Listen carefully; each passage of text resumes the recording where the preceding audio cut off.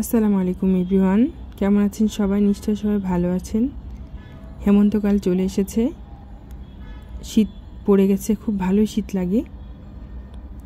আর সকালবেলা রাস্তায় বের হলে বোঝা যায় চারিদিক অন্ধকার হয়ে থাকে, কুয়াশায় দূর থেকে অনেক কিছু দেখা যায় না।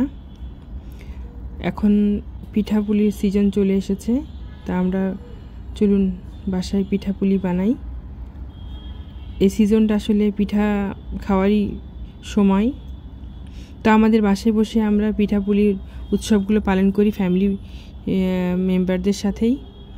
তো বাসায় আমার একটা নারকেল ছিল, নারকেলটা ভাঙা হয়েছিল না, অন্যগুলো ভেঙে ফ্রিজে রেখে দিয়েছিলাম কুড়ায়ে।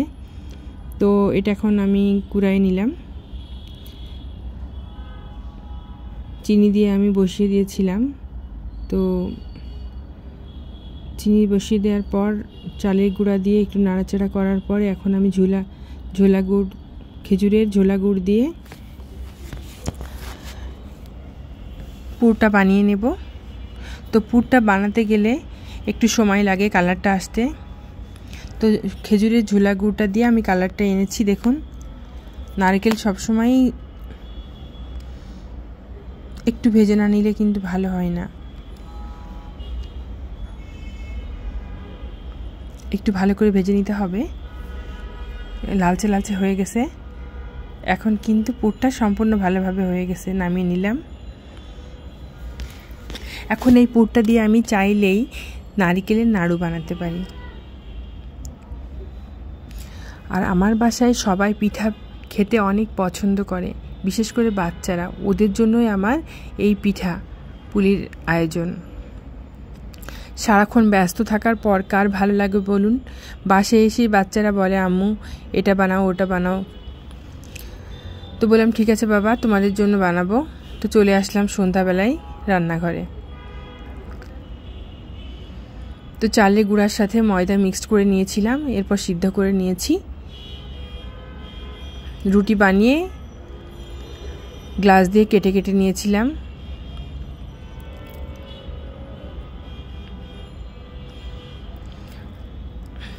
আর পুরগুলো প্রতিটা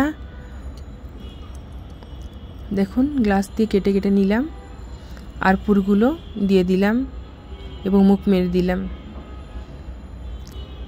কাজ করতে গেলে তো সময় লাগবেই, এক হাতে করা যদিও অনেক কষ্টের কাজ, তবুও বাচ্চাদের জন্য তো মাকে তো করতেই হবে, তাই না?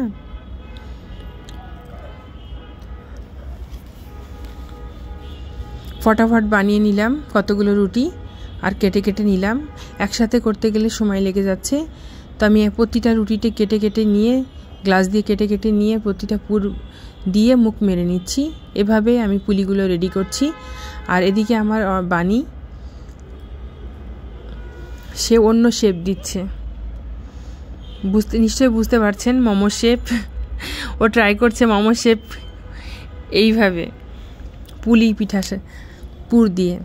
আচ্ছা, বাচ্চা মানুষ করছে, করুক। এটা অনেক সময়ের ব্যাপার। আমার মেয়ে এখনও বড় হয়ে ওঠে নাই, ওর আরও সময় লাগবে বড় হয়ে এই কাজগুলো ধরবে ও একদিন ইনশাল্লাহ। এখন আমাকে ও অনেক হেল্প করে, সালাদ বানাতে পারে, অনেক সহযোগী যতটুকু করতে পারে ও তো আনন্দে করে। কাজ করতে বললে ভাবে মনে করে আমি এটা পারবো, খুব তার ঝোঁক। কিন্তু আমি কাজগুলো বলি ওইভাবে করার দরকার নেই, আস্তে আস্তে শিখবে। যাই হোক, চলুন আমরা আজকে পিঠাপুলির উৎসব পুরগুলো ঠিক এইভাবে আমি দিয়ে নেব।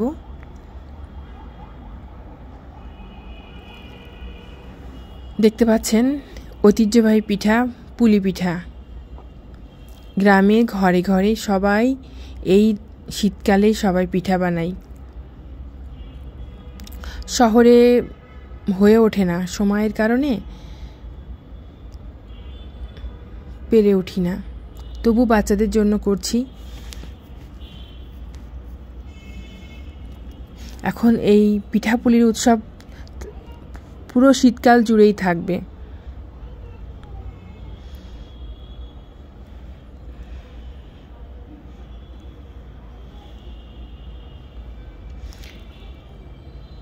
হেমন্তকাল সকালবেলায় বের হলে আসলে অনেক সুন্দর লাগে। বাইরের পরিবেশ খুব ভালো লাগে আমার। আপনাদের কেমন লাগে? পুলিগুলো সব ভাজা হয়ে গেল, এখন উল্টায় দিচ্ছি। এক পাশ হয়ে গেছে।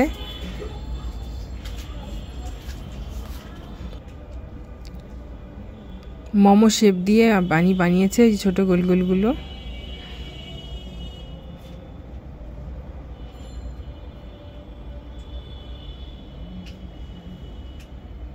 ওগুলো দিয়ে দিলাম, ওগুলো আমি ভেজে উঠাচ্ছি। হয়ে গেছে। এখন আমি এলাচ দিয়ে দুধটা গরম ভালো করে ফুটিয়ে নিলাম। 1 লিটার মিল্ক, এটা ভালো করে ফুটিয়ে নিয়েছি।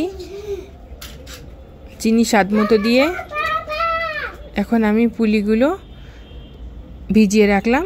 এটা 2 ঘন্টা পর